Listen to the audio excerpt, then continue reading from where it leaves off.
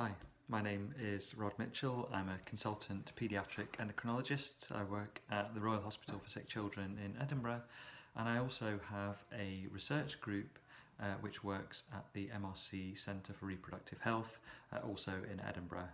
And my research interests focus primarily on fertility preservation for prepubertal boys who are receiving cancer treatment, but I'm also interested in the effect of endocrine disruption on development of the male reproductive system. So research impacts on my day-to-day clinical work in many different ways. Firstly, there's direct involvement in research in the studies that we are conducting on fertility preservation in prepubertal boys receiving cancer treatment. And this study involves a combination of counselling the patients and their families, recruiting patients to the study, surgery to remove testicular tissue prior to cryopreservation for both clinical aspects and also for research aspects. And this research is aimed at looking at ways in which we can restore fertility to these boys after they've had their cancer treatment. And this, you can see, is really direct involvement in clinical research.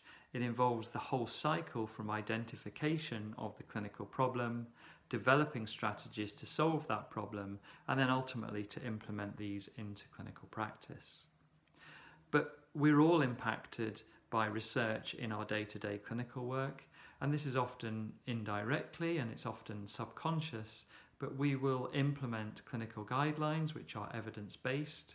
We will use information that we've gained from studies that have been conducted from a research perspective. And it's using this research-based information in our clinical practice that we're often not fully aware of. And so by thinking about research when we are caring for our patients, we will always be identifying ways in which we might be able to improve patient care, ways in which we may be able to conduct new research studies which will lead to improvements in paediatrics. And so I think that research is actually impacting on us all the time. We're not always considering it. We're not always fully aware of it. One of the things I'm often asked about by medical students and by trainees is, how can I get more experience in research and how can I get involved in the research projects? And I think the first part of this is actually just being aware of the types of research projects that are currently being undertaken, the researchers that are involved in these research projects, and trying to get engaged in the seminar programs and the research presentations to learn about the types of things that are ongoing.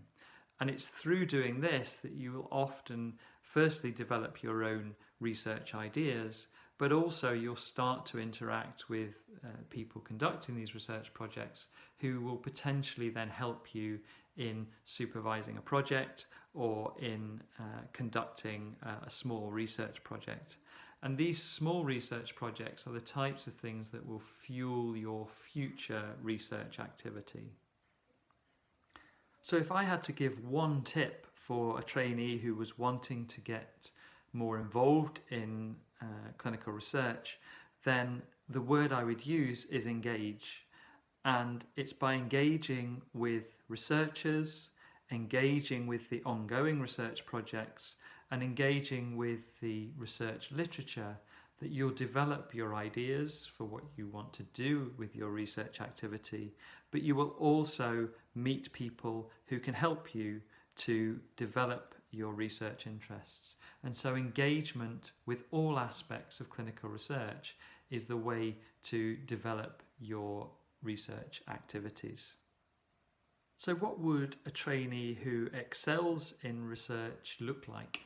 And in fact, there's no easy way to answer this question because there are so many different aspects of research that individuals can be involved in, and there are so many different skills and attributes that might be required for all these different types of research. Obviously, the objective indicators of research activity, such as presentations at conferences and publications, involvement in development of guidelines, and involvement in audit, which potentially then leads to changes in patient care, are all clear indicators of individuals who are excelling at their research activity. But over and above these objective measures, the type of person who excels at research generally has an enthusiasm for research, they have motivation for research, and they have a proactiveness in pushing forward their interests and ideas.